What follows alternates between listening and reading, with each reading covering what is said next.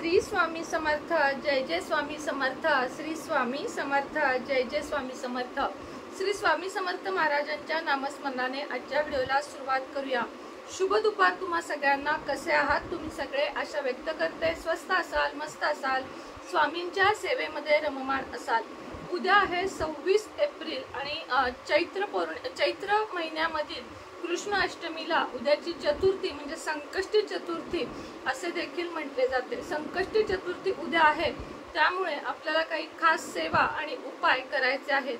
उद्या सर्वार्थ सिद्धी योग, अमृत सिद्धी योग, भद्राव योग असे एकत्र योग जुळून आल्यामुळे उद्याची संधी ही सुवर्ण संधी मानली जाते आणि उद्यासारखा योग पुन्हा वर्षभर येत नाही असं म्हटलं तरी काही निष्फळ ठरणार नाही।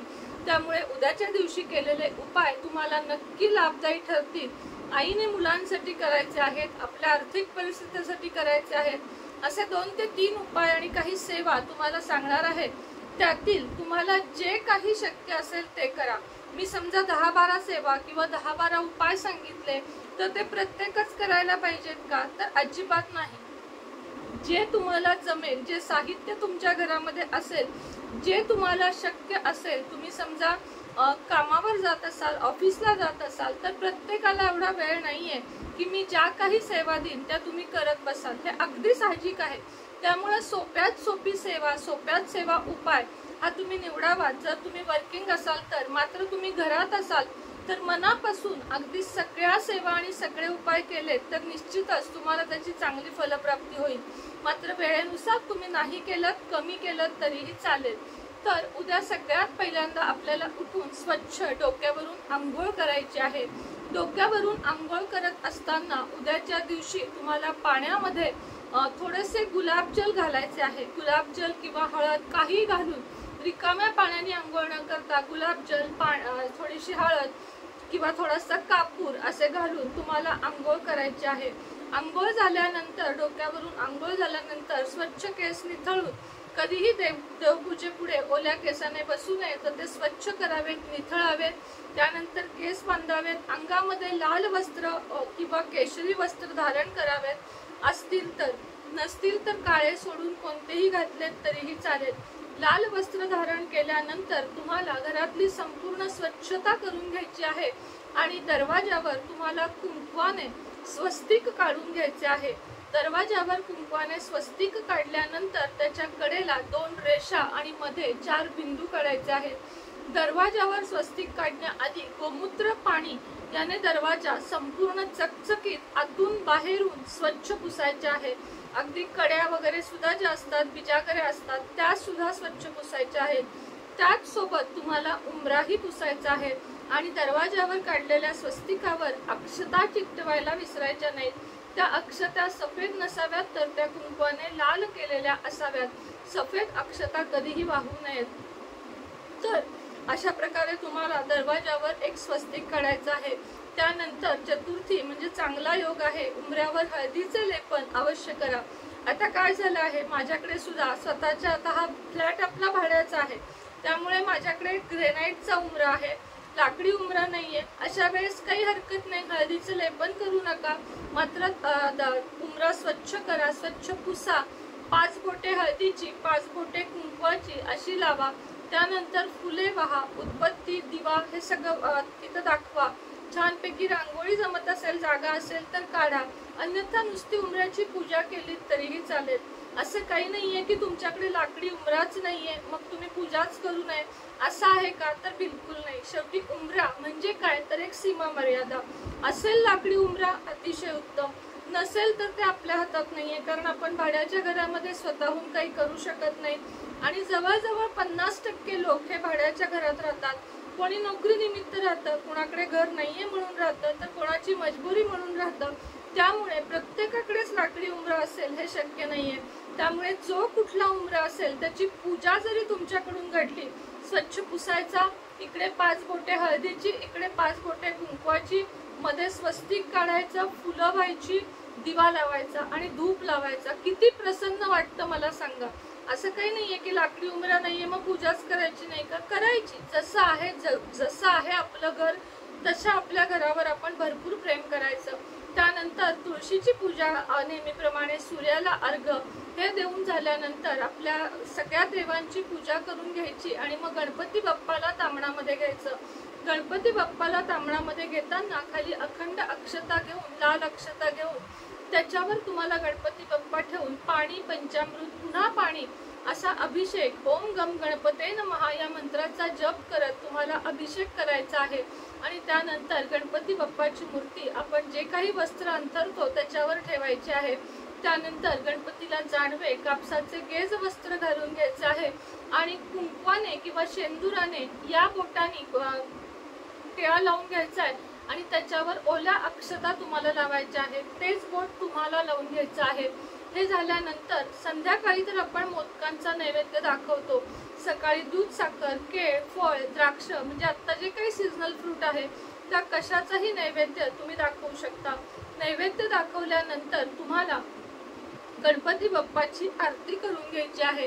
गणपती बाप्पाला दुर्वा, लाल फूल हे सगळं वाहून घ्यायचं आहे आणि संध्याकाळी आईने मुलांसाठी एक उपाय करायचा आहे। तो म्हणजे तुमच्या घरामध्ये गणपतीचा फोटो, मूर्ती जे काही असेल अगदी छोटासा हार करून घ्या, मात्र तो हार तुमच्या हस्ते करा। तो मुलांच्या हातात द्या आणि थोडा वेळ मुलांच्या 2 मिनिटं हातात देऊन 2-3 मुलं जे काही असतील प्रत्येकाच्या हातात देऊन मग तो हार तुम्ही गणपती बाप्पाला वाहा आणि तुमच्या इच्छा बोलून दाखवा। दुर्वा वाहताना सुद्धा तुमच्या इच्छा बोलून दाखवा। 21 मोदक जर तुम्ही गणपती बाप्पाला अर्पण करत असाल तर तेव्हा सुद्धा तुमच्या इच्छा बोलून दाखवा। आणि आता अजून एक 21 अक्षतांचा उपाय सांगते। अखंड 21 अक्षता घ्यायच्या आहेत, त्या तुम्हाला कुंकवाने लाल करायच्या आहेत।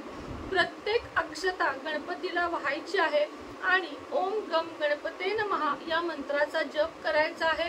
तुमची इच्छा बोलायची आहे। इच्छा कशी बोलायची तर ती पूर्ण झाली आहे अशा पद्धतीने बोलायची।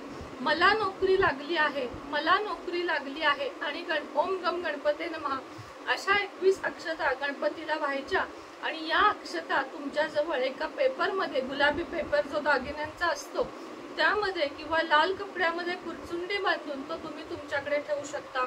अजून एक उपाय म्हणजे गणपतीच्या पुढे एक सुपारी ठेवून त्याच्यावर कुंकुमार्चन करून किंवा गणपतीला कुंकुमार्चन करून, खरं तर सुपारीवरच करा आणि ही सुपारी अक्षतांसहित तुम्हाला लाल कुरचुंडीमध्ये घालून म्हणजे लाल कपड्यामध्ये घालून धनस्थानी ठेवल्यास तुम्हाला त्याचा भरभरून फायदा झाल्याचा, तुम्हाला लाभ झाल्याचा दिसून येईल। मोदकासोबत एका पानावर तुमच्या इच्छा लिहून मोदकाच्या ताटाखाली तो कागद ठेवावा।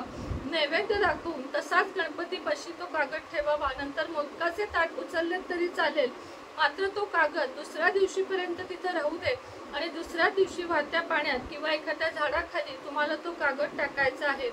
अशा पद्धतीने तुम्ही जर चतुर्थी दिवशी काही सेवा उपाय केल्यात तर त्या नक्की फळात जातात।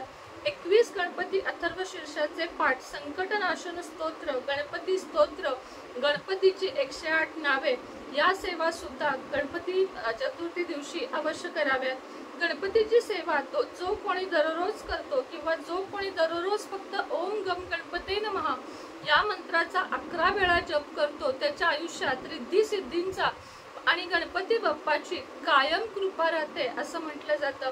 गणपती बाप्पा एकदम भोळी, भाबडी आणि सुंदर देवता आहे, जे फक्त दुर्वा, मोतीचूरचे लाडू, मोदक खाण्याच्या पदार्थांनी म्हणजे खूप आपल्यावर प्रसन्न होतात। लाल फूल, दुर्वा हे अत्यंत प्रिय असणारे आपले गणपती बाप्पा यांच्या मंदिरामध्ये उद्यापासून मी नेहमी हा उपाय सांगते, उद्यापासून 120 दिवस सलग जो कोणी जाईल आणि 11 प्रदक्षिणा गणपती बाप्पाला मारेल त्याच्या प्रत्येक इच्छा पूर्ण होतील। मोकळ्या हस्ते जायचं आहे, ओळीने 120 दिवस जायचं आहे, पिरियड असेल तरी जाऊन लांबून दर्शन घेऊन यायचं आहे।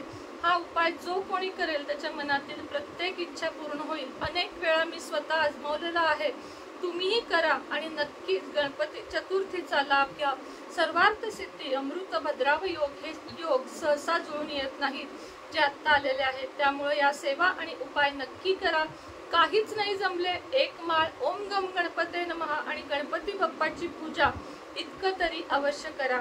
प्रत्येकाला आयुष्यामध्ये गणपती बाप्पाचा वरद हस्त डोक्यावर असणे अत्यंत जास्त गरजेचं आहे। कारण गणपती बाप्पाच्या आरतीमध्ये आणि अथर्व शीर्षामध्ये या सगळ्याचे उल्लेख आहेत की गणपती बाप्पा आपल्यासाठी काय काय करू शकतो आणि आपल्या आयुष्यातलं संकट दुःख कसं हरण करू शकतो हे फक्त आणि फक्त गणपती बाप्पाच करू शकतो। त्यामुळे गणपतीच्या या सेवा करायला विसरू नका। जे काही कराल ते श्रद्धेनं, भक्तीनं आणि मनापासून करा। ज्यांना ज्यांना गणपती रुद्राक्ष हवा आहे मुलांच्या गळ्यात घालण्यासाठी, माझ्या दोन्ही मुलांच्या गळ्यामध्ये लाल धाग्यामध्ये मी तो घातलेला आहे आणि प्रत्येक मुलांच्या गळ्यामध्ये तो असावा। गणपती रुद्राक्ष ज्यांना हवा आहे त्यांनी उद्याच्या दिवशी ऑर्डर करावा। त्याचे खूप चांगले फायदे तुम्हाला जाणवून येतील। ओरिजिनल गणपती रुद्राक्ष जो नेपाळवरून येतो तो आपल्याकडे आहे आणि तो तुम्हाला सिद्ध करून मंत्र सगळं तुम्हाला ते करून मी तुम्हाला देणार आहे। फक्त त्याची पूजा करून मुलांच्या गळ्यामध्ये तो घालायचा आहे किंवा मुलांच्या जवळ ठेवला, गळ्यात घालत नसतील तर जवळ ठेवला तरीही चालेल। जर तुम्हाला गणपती रुद्राक्ष मागवायचा असेल किंवा गणपतीची मूर्ती मागवायची असेल तर 77 57 94 94 41 या माझ्या व्हॉट्सअप नंबरवर व्हॉट्सअप मेसेज करावा। व्हिडिओ कसा वाटला नक्की सांगा। आवडला तर लाईक, शेअर, सबस्क्राईब करा। तुम्हाला माझे नोटिफिकेशन येत नाहीयेत असे मला मेसेज येत आहे तर अनसबस्क्राईब करून परत सबस्क्राईब करा आणि ऑलचं बटन दाबा म्हणजे तुम्हाला माझे रोजचे नोटिफिकेशन येतील। श्री स्वामी समर्थ।